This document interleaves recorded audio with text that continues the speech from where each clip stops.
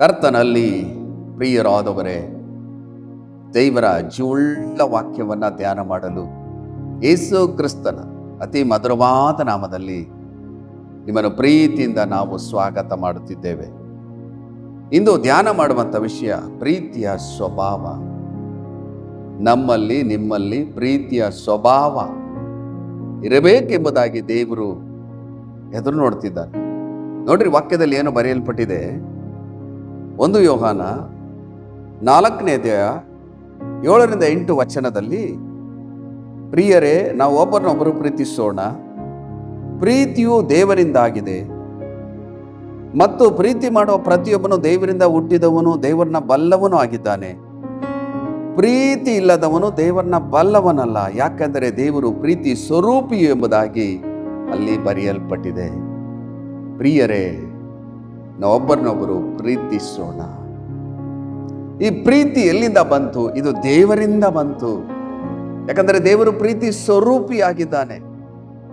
ನಮ್ಮನ್ನ ಪ್ರೀತಿಸಿದಂಥ ದೇವರು ಪರಲೋಕವನ್ನು ಬಿಟ್ಟು ಈ ಲೋಕಕ್ಕೆ ನರಮನುಷ್ಯನಾಗಿ ಬಂದು ನಮ್ಮ ಪಾಪ ಪರಿಹಾರಕ್ಕಾಗಿ ತನ್ನ ಪ್ರಾಣವನ್ನು ಕೊಟ್ಟು, ತನ್ನ ರಕ್ತವನ್ನು ಸುರಿಸಿ, ಪಾಪ ಶಾಪಗಳಿಂದ ಬಿಡುಗಡೆ ಕೊಟ್ಟು ತನ್ನ ಪ್ರೀತಿಯನ್ನು ಪ್ರಕಟಪಡಿಸಿದನು. ದೇವರು ಪ್ರೀತಿ ಸ್ವರೂಪಿಯಾಗಿದ್ದಾನೆ. ಆತನ ಮಕ್ಕಳಾದ ನಾವು, ಆತನ ಸೇವಕರಾದ ನಾವು ಆ ಪ್ರೀತಿಯ ಸ್ವಭಾವವನ್ನು ನಮ್ಮ ಜೀವಿತದಲ್ಲಿ ಹೊಂದಿಕೊಂಡು ಆ ಪ್ರೀತಿಯನ್ನ ಇತರರಿಗೆ ತೋರ್ಪಡಿಸಬೇಕೆಂಬುದಾಗಿ ದೇವರು ಎದ್ದು ನೋಡ್ತಿದ್ದಾರೆ. ಇಂದು ಈ ವಾಕ್ಯದ ಮೂಲಕ ದೇವರು ನಿಮ್ಮೊಟ್ಟಿಗೆ ಮಾತನಾಡ್ತಿದ್ದಾರೆ. ನೀವು ಒಬ್ಬರನ್ನೊಬ್ಬರು ಪ್ರೀತಿಸಬೇಕು. ನೀವಿರುವಂಥ ಸ್ಥಳದಲ್ಲಿ, ನೀವು ವಾಸ ಮಾಡುವಂಥ ಸ್ಥಳದಲ್ಲಿ ಒಬ್ಬರನ್ನೊಬ್ಬರು ಪ್ರೀತಿಸುತ್ತಾ, ಅವರ ಕಷ್ಟದಲ್ಲಿರುವಾಗ ಅವರ ಹತ್ರ ಹೋಗಿ ಅವ್ರನ್ನ ಬಲಪಡಿಸಿ, ದೇವರ ವಾಕ್ಯವನ್ನು ಹೇಳಿ ಸಂತೈಸಿ ನಿಮ್ಮ ಕೈಲಾದ ಸಹಾಯವನ್ನ ಮಾಡಬೇಕು.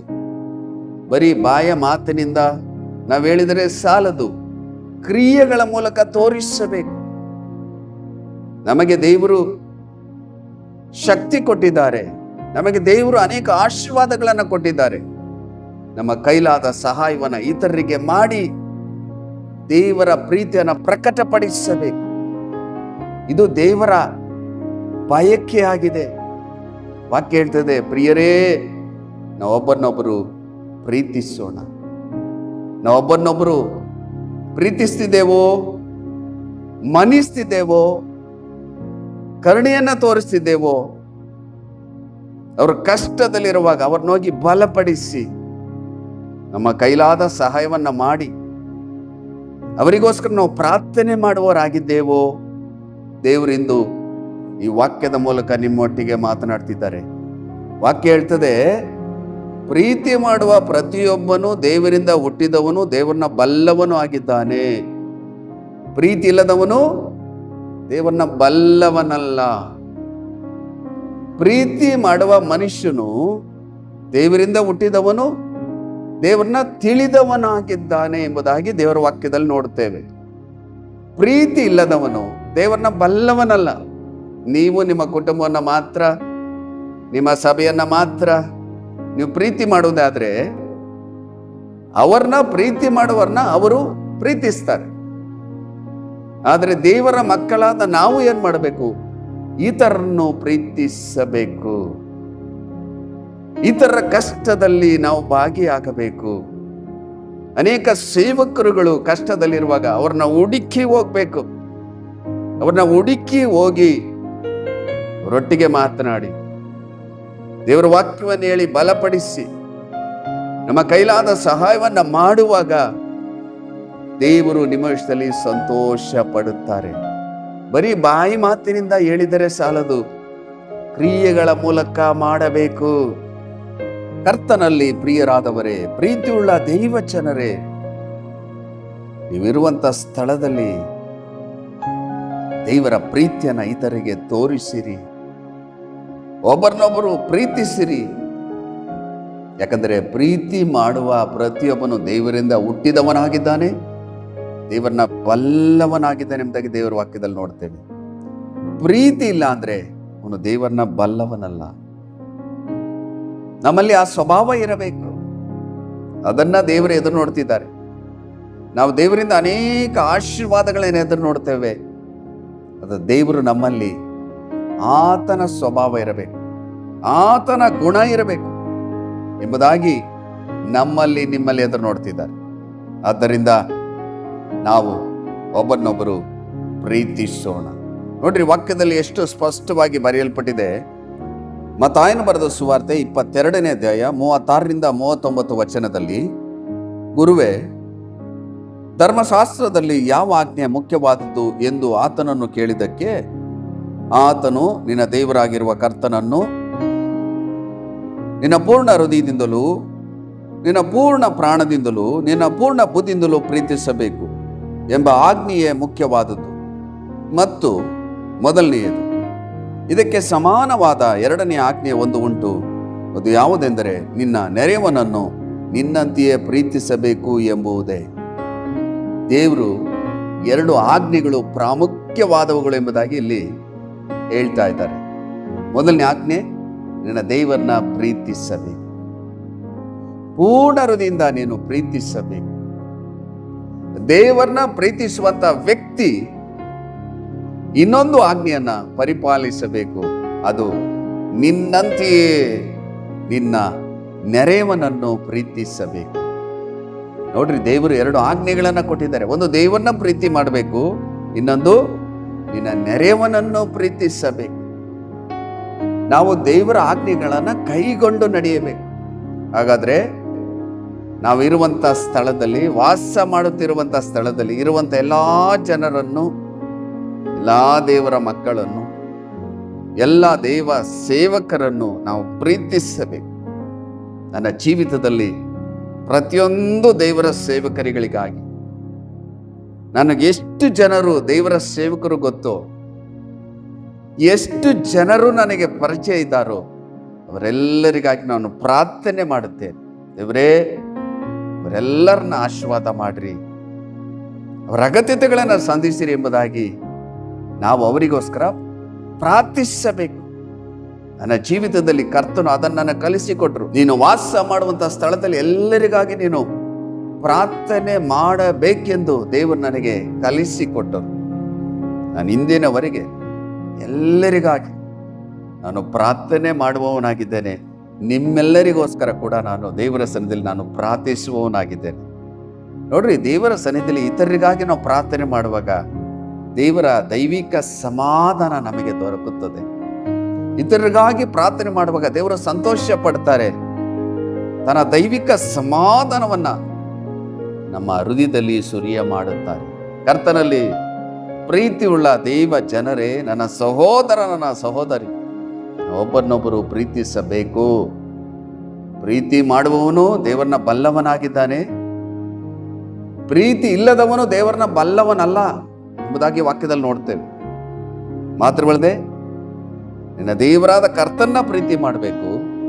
ಮಾತ್ರವಲ್ಲದೆ ನಿನ್ನಂತೆಯೇ ನಿನ್ನ ನೆರೆಯವನನ್ನು ಪ್ರೀತಿಸಬೇಕು. ಈ ಆಜ್ಞೆಗಳನ್ನು ನಾವು ಕೈಗೊಂಡು ನಡೆಯುವಾಗ ದೈವ ಪ್ರಸನ್ನತೆ ನಾವಿರುವಂಥ ಸ್ಥಳದಲ್ಲಿ ಇರುತ್ತದೆ. ಹಾಗಾದರೆ ನಾವು ಈ ಲೋಕದಲ್ಲಿ ಜೀವನ ಮಾಡುವಾಗ ಯಾರನ್ನು ದ್ವೇಷಿಸದೆ, ಯಾರ ಮೇಲೆ ಸಿಟ್ಟುಗೊಳ್ಳದೆ, ಒಂದು ವೇಳೆ ನಮ್ಮ ವಿರುದ್ಧವಾಗಿ ಅವ್ರು ಏನೇ ಮಾತನಾಡಿದ್ರು ಪರವಾಗಿಲ್ಲ, ನಾವೇನು ಮಾಡಬೇಕು? ಅವರಿಗಾಗಿ ಪ್ರಾರ್ಥನೆ ಮಾಡಬೇಕು. ದೇವರು ಹೇಳಿದ್ದಾರೆ, ನಿಮ್ಮ ವೈರಿಗಳಿಗಾಗಿ ಪ್ರಾರ್ಥನೆ ಮಾಡ್ರಿ, ನಿಮಗೆ ಕೆಡುಕು ಮಾಡುವವರಿಗಾಗಿ ನೀವು ಪ್ರಾರ್ಥನೆ ಮಾಡ್ರಿ. ಹೀಗೆ ಮಾಡಿದರೆ ಪರಲೋಕದಲ್ಲಿರುವ ನಿಮ್ಮ ತಂದೆಗೆ ನೀವು ಮಕ್ಕಳಾಗ್ತೀರಾ. ಹಾಗಾದರೆ ದೇವರ ಮಕ್ಕಳು ಎಲ್ಲರನ್ನೂ ಪ್ರೀತಿಸಬೇಕು. ಇದು ದೇವರ ಸ್ವಭಾವವಾಗಿದೆ, ದೇವರ ಗುಣವಾಗಿದೆ. ದೇವರು ನಮ್ಮನ್ನ ಪ್ರೀತಿಸಿದನು, ನಮ್ಮನ್ನ ಮನ್ನಿಸಿದನು. ಆತನು ನಮ್ಮನ್ನ ಪ್ರೀತಿಸಿದರಿಂದ ನಮ್ಮನ್ನ ರಕ್ಷಿಸಿದನು. ಇದೇ ರೀತಿ ನಾವು ಒಬ್ಬರನ್ನೊಬ್ಬರು ಪ್ರೀತಿಸಬೇಕೆಂಬುದಾಗಿ ದೇವರು ಇಂದು ವಾಕ್ಯದ ಮೂಲಕ ನಿಮ್ಮೊಟ್ಟಿಗೆ ಮಾತನಾಡ್ತಿದ್ದಾರೆ. ಯಾರ ಮೇಲಾದರೂ ನಿಮಗೆ ದ್ವೇಷ ಇದೆಯೋ ಅದನ್ನು ಮನ್ನಿಸಿರಿ. ಅನೇಕ ಜನರು ನಿಮಗೆ ಕೆಟ್ಟದಾಗಿ ಮಾತನಾಡಿದ್ದಾರೆ, ಅವ್ರನ್ನ ಮನ್ನಿಸಿರಿ. ಅವರಿಗಾಗಿ ಪ್ರಾರ್ಥನೆ ಮಾಡ್ರಿ. ಅವರಿಗಾಗಿ ನೀವು ಪ್ರಾರ್ಥನೆ ಮಾಡುವಾಗ ದೇವರು ಅವರ ಹೃದಯದಲ್ಲಿ ಕಾರ್ಯ ಮಾಡ್ತಾರೆ. ದೇವರು ನಿಮ್ಮ ವಿಷಯದಲ್ಲಿ ಸಂತೋಷ ಪಡ್ತಾರೆ. ಇದು ಬಹಳ ಪ್ರಾಮುಖ್ಯವಾದಂಥ ಸಂಗತಿಯಾಗಿದೆ. ಇದನ್ನ ಈ ಲೋಕದಲ್ಲಿರುವಾಗ ನಾವು ಮಾಡುವಾಗ ನಮ್ಮನ್ನ ದೇವರು ಹೇರಳವಾಗಿ ಆಶೀರ್ವಾದ ಮಾಡುತ್ತಾರೆ. ನೋಡ್ರಿ, ವಾಕ್ಯದಲ್ಲಿ ಏನು ಬರೆಯಲ್ಪಟ್ಟಿದೆ? 1 ಕೊರಿಂಥದವರಿಗೆ ಬರೆದ ಪತ್ರಿಕೆ 13ನೇ ಅಧ್ಯಾಯ 4-6 ವಚನದಲ್ಲಿ, ಪ್ರೀತಿ ಬಹು ತಾಳ್ಮೆಯುಳ್ಳದ್ದು, ಪ್ರೀತಿ ದಯೆ ತೋರಿಸುವುದು, ಪ್ರೀತಿಯು ಹೊಟ್ಟೆ ಕಿಚ್ಚು ಪಡುವುದಿಲ್ಲ, ಹೊಗಳಿಕೊಳ್ಳುವುದಿಲ್ಲ, ಒಬ್ಬಿಕೊಳ್ಳುವುದಿಲ್ಲ, ಮರ್ಯಾದೆಗೆಟ್ಟು ನಡೆಯುವುದಿಲ್ಲ, ಸ್ವಪ್ರಯೋಜನವನ್ನು ಚಿಂತಿಸುವುದಿಲ್ಲ, ಸಿಟ್ಟುಗೊಳ್ಳುವುದಿಲ್ಲ, ಅಪಕಾರವನ್ನು ಮನಸ್ಸಿನಲ್ಲಿ ಇಟ್ಟುಕೊಳ್ಳುವುದಿಲ್ಲ, ಅನ್ಯಾಯವನ್ನು ನೋಡಿ ಸಂತೋಷ ಪಡದೆ ಸತ್ಯಕ್ಕೆ ಜಯವಾಗುವಲ್ಲಿ ಸಂತೋಷ ಪಡುತ್ತದೆ, ಎಲ್ಲವನ್ನು ಅಡಗಿಸಿಕೊಳ್ಳುತ್ತದೆ, ಎಲ್ಲವನ್ನು ನಂಬುತ್ತದೆ, ಎಲ್ಲವನ್ನು ನಿರೀಕ್ಷಿಸುತ್ತದೆ, ಎಲ್ಲವನ್ನು ಸಹಿಸಿಕೊಳ್ಳುತ್ತದೆ ಎಂಬುದಾಗಿ ನೋಡುತ್ತೇವೆ.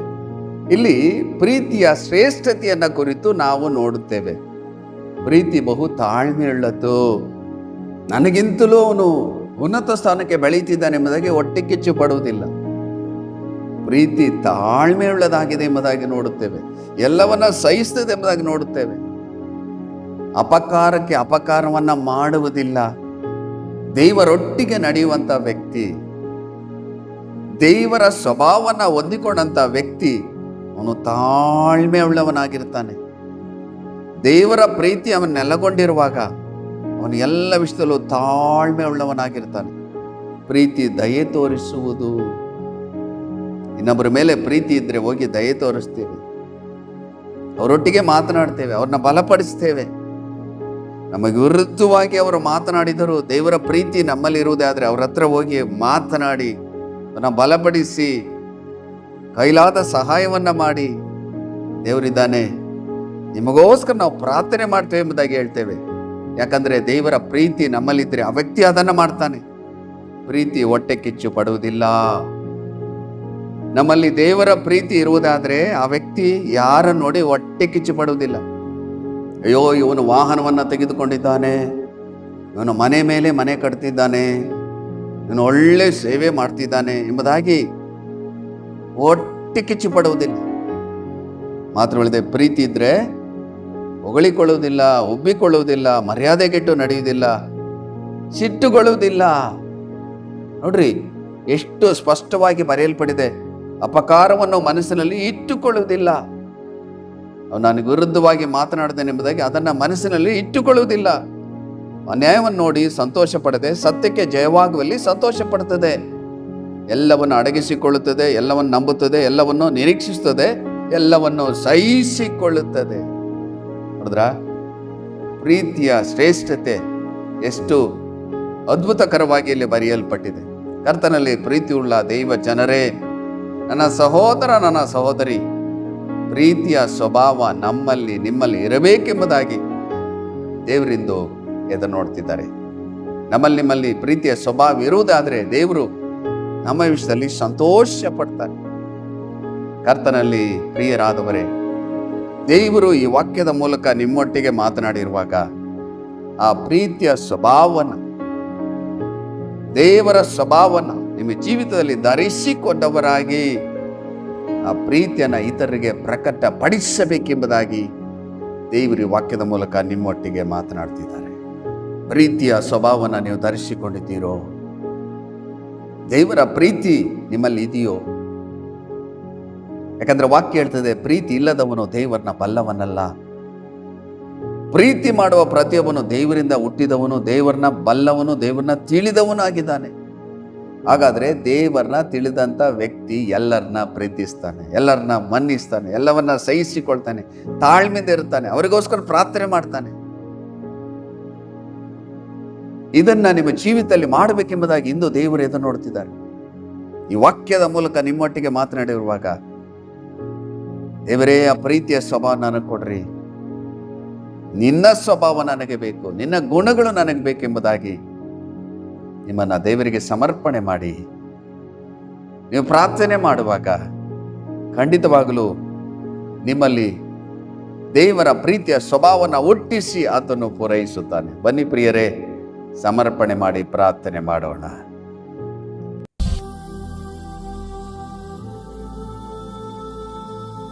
ನಮ್ಮನ್ನು ಅತಿಶಯವಾಗಿ ಪ್ರೀತಿ ಮಾಡುವಂಥ ನಮ್ಮ ಪರಲೋಕ ತಂದೆಯಾದ ದೇವರೇ, ಇಂದು ಪ್ರೀತಿಯ ಸ್ವಭಾವ ಇರಬೇಕೆಂಬುದಾಗಿ ನಾವು ಧ್ಯಾನ ಮಾಡಿದ್ದೇವೆ. ಎಷ್ಟು ಜನರು ನನ್ನೊಟ್ಟಿಗೆ ಸೇರಿ, ಹೌದೇ ಸಪ್ಪ, ನಾನು ಇನ್ನು ಮುಂದೆ ಒಬ್ಬರನ್ನೊಬ್ಬರು ಪ್ರೀತಿಸಬೇಕೆಂಬುದಾಗಿ ನಿನ್ನ ವಾಕ್ಯದ ಮೂಲಕವಾಗಿ ಮಾತನಾಡಿರುವಲ್ಲಿ ಇನ್ನು ಮುಂದೆ ಒಬ್ಬರನ್ನೊಬ್ಬರು ಪ್ರೀತಿಸ್ಲಿಕ್ಕಾಗುವಂತೆ ಆ ಪ್ರೀತಿಯ ಸ್ವಭಾವನ ನಾನು ಅನುಗ್ರಹಿಸಿಕೊ. ಈ ಚಿತ್ತಕ್ಕೆ ವಿರುದ್ಧವಾದ ಕಾರ್ಯಗಳನ್ನು ತೆಗೆದುಹಾಕಿ ಆ ಪ್ರೀತಿಯ ಸ್ವಭಾವವನ್ನು ನನ್ನಲ್ಲಿ ಹುಟ್ಟಿಸಿರಿ ಅಂದಾಗ ಎಷ್ಟು ಜನರು ಪ್ರಾರ್ಥನೆ ಮಾಡ್ತಿದ್ದರು.